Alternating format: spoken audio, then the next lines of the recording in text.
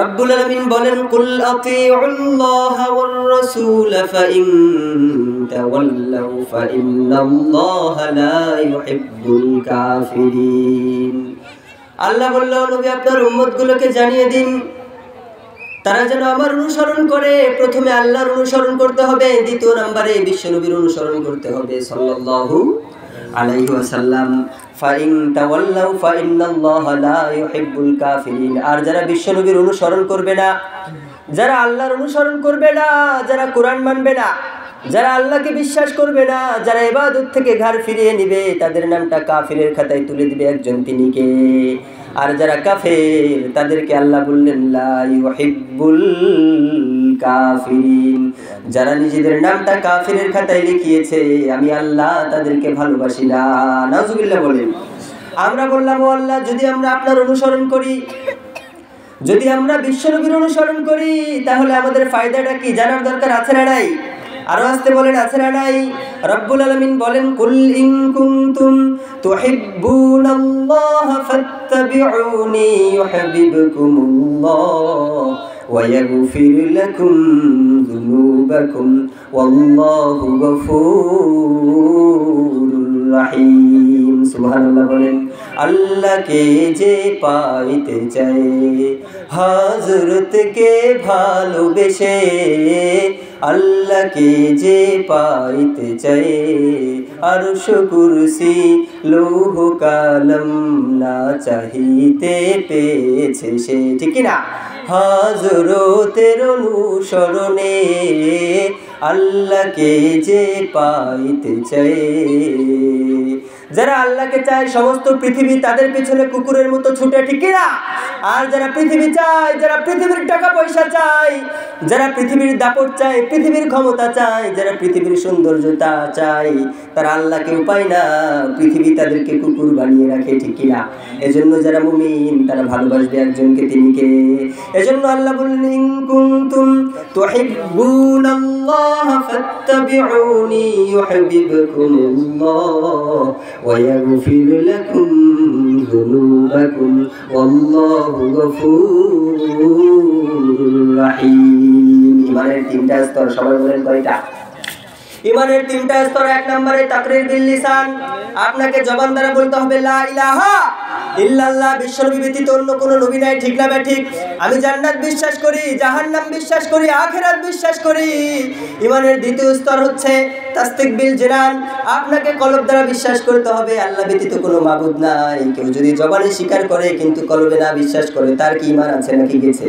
কথা বলেন। তিন নম্বরে আমল বিল আরকান, যারা ঈমান এনে আমল করে না তারা কি জান্নাতে যেতে পারবে নাকি? এজন্য বিশ্বনবী বললেন, ও আমার উম্মতেরা, শোনো শোনো, ঈমানের তিনটা স্তর। এক নম্বরে তুমি ভালোবাসবা কাকে? এক নম্বরে তুমি বলবা আল্লাহ ব্যতীত কোনো মাবুদ নাই। দ্বিতীয় নম্বরে তুমি তোমার অন্তর দ্বারা বিশ্বাস করবা আল্লাহ ছাড়া কোনো মাবুদ নাই, আল্লাহ ছাড়া কোনো বিধানদাতা নাই, আল্লাহ ব্যতীত কোনো উপাস্য নাই, আল্লাহ ব্যতীত কোনো প্রভু নাই, আল্লাহ ব্যতীত কোনো স্রষ্টা নাই, আল্লাহ ব্যতীত কোনো সৃষ্টিকর্তা নাই। আমাদের রিজিকের মালিক একজন, তিনি কে? সবাই বলেন, তিনি কে? তিন নম্বরে আমলগুলো করে আপনাকে বুঝিয়ে দিতে হবে আপনি আল্লাহ ব্যতীত অন্য কারো ইবাদত করেন না, ঠিক কিনা? এবার বিশ্বনবী বললেন, ও আমার উম্মতেরা, শোনো শোনো, আল্লাহ বললেন, ও নবী, উম্মতদেরকে জানিয়ে দিন, যারা বলে আল্লাহ ব্যতীত কোনো মাবুদ নাই, তারা তো আমি আল্লাহকে ভালোবাসে। আর যারা আমি আল্লাহকে ভালোবাসে, তাদেরকে আমি আল্লাহ একটা কাজ করতে বললাম। সবাই বলেন কয়টা? আরো আস্তে কোন কয়টা?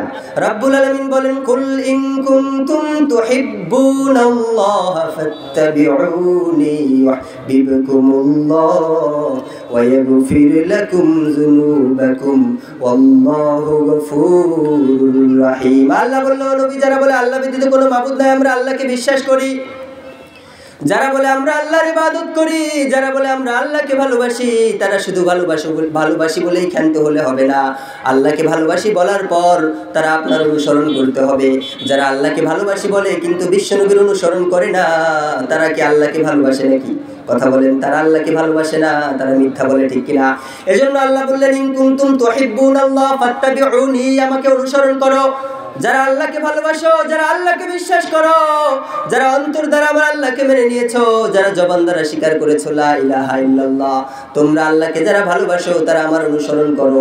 আমরা বললাম ও নবী আপনার অনুসরণ করলে কি হবে? বিশ্বনবীর জবাব আছে না নাই? আল্লাহ বিশ্বনবীর মাধ্যমে জানিয়ে দিলেন, শোনো শোনো, ওয়ায়াগফির লাকুম যুনুবাকুম ওয়াল্লাহু গফুরুর রাহিম ইউহিব্বুকুমুল্লাহ। যারা বিশ্বনবীর অনুসরণ করবে তাদেরকে ভালোবাসবে একজন, চিৎকার করে বলতে হবে তিনি কে? পৃথিবীতে যদি কোনো মেম্বার আপনাকে বলে আমি তোকে ভালোবাসি, আমরা তো বড্ড খুশি হয়ে যাই, ঠিক কি না?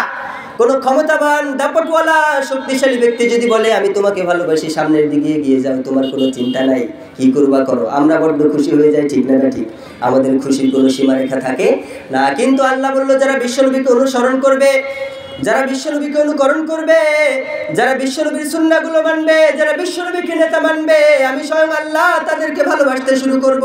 সুবহানাল্লাহ বলেন। আর যাদেরকে আল্লাহ ভালোবাসতে শুরু করবে, আমরা বললাম ও আল্লাহ তাদের কি হবে?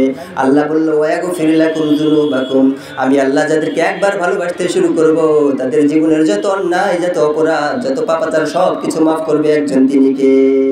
তার মানে যারা মুমিন তারা ভালোবাসে কাকে? আরো আসতে বলেন কাকে?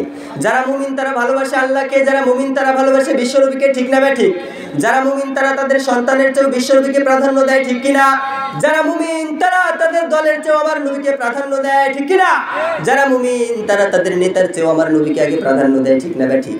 কেউ যদি বলে ইসলাম পরে আমার দল আগে, তাহলে তার ঈমান থাকতে পারে না। কেউ যদি বলে নবী পরে আমার লিডার আগে, তার ঈমান থাকতে পারে না। কেউ যদি বলে ধর্ম পরে আমার নেতা আগে, আমার মন্ত্রীগুলো আগে, আমার দল আগে, আমার রাজনীতি আগে, তাহলে তার ঈমান থাকতে পারে না। এজন্য যারা মুমিন তারা ভালোবাসবে বিশ্বনবীকে, ঠিক কিনা?